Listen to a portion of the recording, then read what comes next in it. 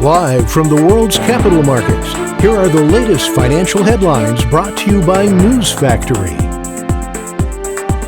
Hello and welcome to Thursday's Daily Financial Digest.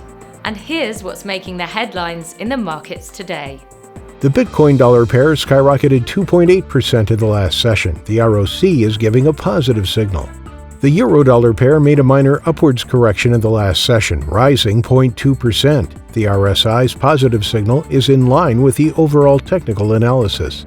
The pound dollar pair saw a minor rise of 0.1% in the last session. The ROC is giving a positive signal.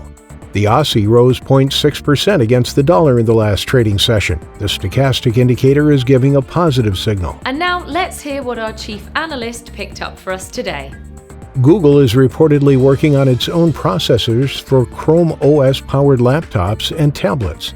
The tech giant could roll out the in-house chips, which will be based on ARM architecture, in 2023.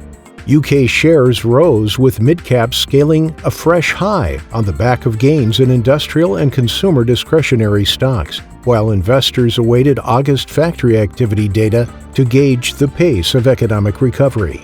Nearly a quarter of El Salvador's 2020 GDP came in the form of remittances, meaning the details of payment technology make a massive difference to daily life. Those were today's major economic events. And now, moving on to world financial headlines.